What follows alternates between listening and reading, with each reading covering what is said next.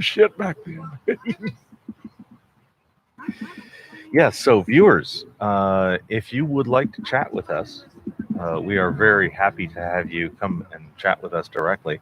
Come to the Discord. You'll find that in the description in the doobly-doo, I hope. I'm not sure if it's on all the platforms. I don't control some of those, Reed control some of them, so we're not as coordinated about descriptions.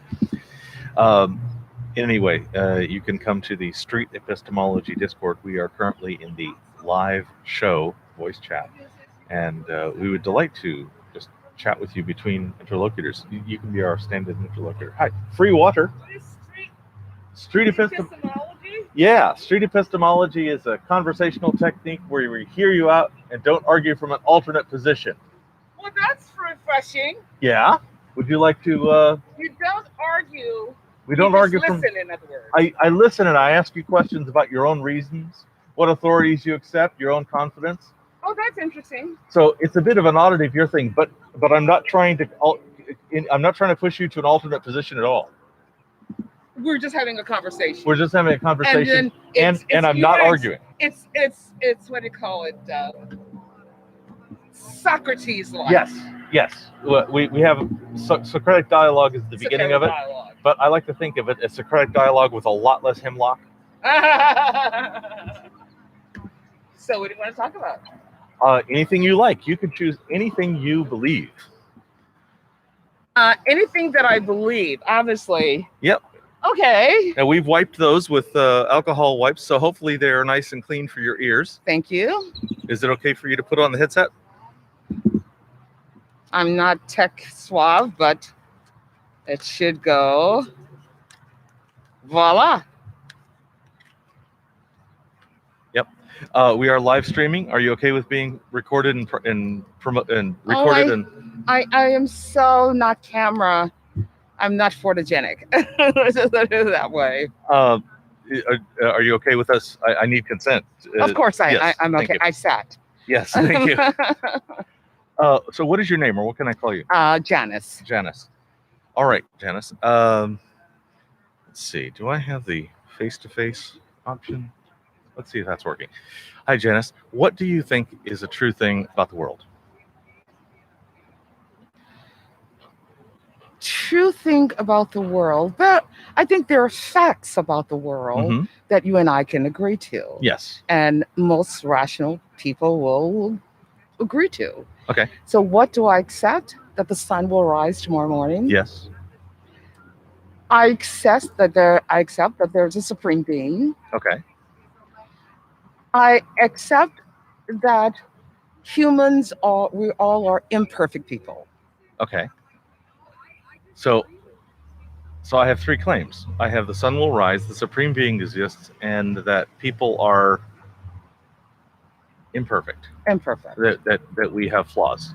Humans are flawed. Absolutely. Which of those three is the most fun for us to talk about today? Let's go with I could go with the philosophical arguments of whether God exists or not. But I think that we're all flawed, and I think that is a real realization that we should come to and pretty much acknowledge. Humans are flawed. Humans are flawed. Oh, something else. Okay, that's fine. Flawed with a free will. I'm a big believer in free will. Okay, humans are flawed and humans have free will. Absolutely. Are those independent, or are they necessarily twined? I think they could be intertwined. Okay. All right. So by humans, I assume you just mean the 7 billion of us on this planet. Absolutely. Okay. And by flawed, well, what is flawed in relationship to humans? That we're not perfect people, that we make mistakes. Okay. So it's behaviorally flawed. It's behaviorally flawed, okay. Absolutely. All right. Can you give me an example of a behavior that's common amongst humans that indicates that we are flawed? Not really accepting totally personal responsibility. Okay. That there's always the blame game. That we don't reflect really, many of us, I'm not saying everyone, that somehow we are in control of our destiny, that we do choose certain aspects of our lives, and that sometimes we make mistakes in those choices. Okay. So I'm hearing a good example of human flaw is blaming other people. Yes. And failing to recognize our contribution to whatever's happening around us. The environment we're dealing with is largely of our own making, I hear you say. On the most part, yes. Sometimes, yes, we are faced with things that is out of our control. Okay. That it really is not your battle, but it becomes your battle as you interact with the environment. I look at right across this beautiful lake, and I see the homeless camp. Right? Yeah. It bothers me deeply, deeply, that we can allow, and we're going to go back to the free will and free choice in terms of what free choice they have over there. Sure. Okay. Since I chose free will as being important to me. Yeah. It bothers me just as another human being that we can allow citizens of this country to live on the street. Or the politicians choosing to say, it's okay, you can do that. And I look at the So is that, I'm confused which direction. We can allow people to live on the street. That is out of my control. Right. So some people might come up and say, wow, they should not be allowed to be here in this park. Some people would say they should not be forced to be here in this park. We should provide them a better place to be. Absolutely. Which side do you mean? I'm on the latter. Okay, you're on the we should not put anybody in the position where they have to go camping in the park. Everybody should have the option of having a safe domicile that protects them, that's minimally adequate, whether they can provide for it or not. Well, yes and no. And here's going back to free will. Okay. And looking at that individual, and as I walked past the other day, I saw an entire household. And she had a beautiful set of flowers right over there, chairs parked out. And I'm looking at that. How much of this is she choosing? And how much, going back to some things that are out of my control, in terms of the city and the economics, the family unit, all play an important part that's out of my control.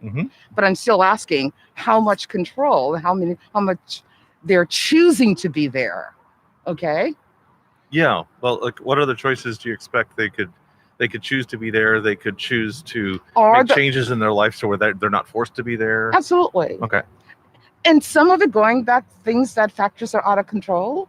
And I think when I look at addiction and read about addiction, you and I know exactly, and what's out of their control and need help for. And I think here's where I have very little control, because I don't think Los Angeles government is really zeroing in to what really is the problem with the homelessness. That's out of my control. I could speak to you about it. I could write about it. I could tweet about it.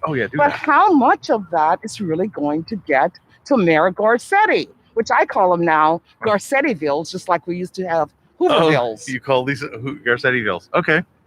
All right. I'm really glad that they haven't gotten all the jackboots and badges just to force these people out. Because while I'm with you on this side, I'm also really scared of that side. Oh, absolutely.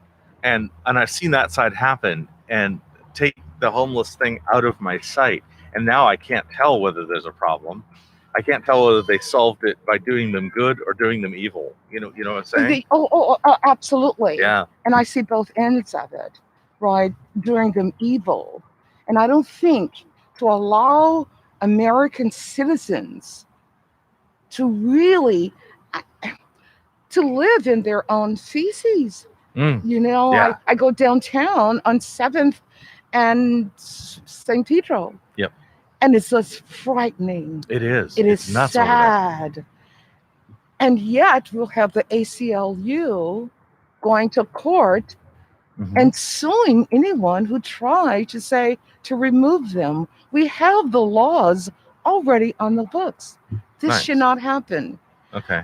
I was in Texas just a couple of months back. Yes. And I was just amazed going through Texas that, where's your homeless? My niece, they're saying to me, what are you, here's our policy. People are allowed to hang out on the street. They're free. But at sunset, you cannot live on the street. Oh. And it's really enforced. Laws are not. Oh.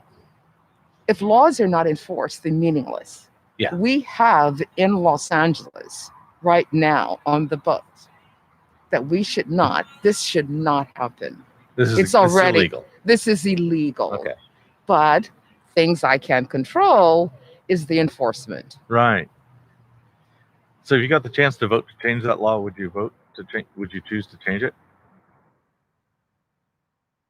No, I wouldn't vote to change it. I would vote that we have a massive force of mental health facilities right downtown.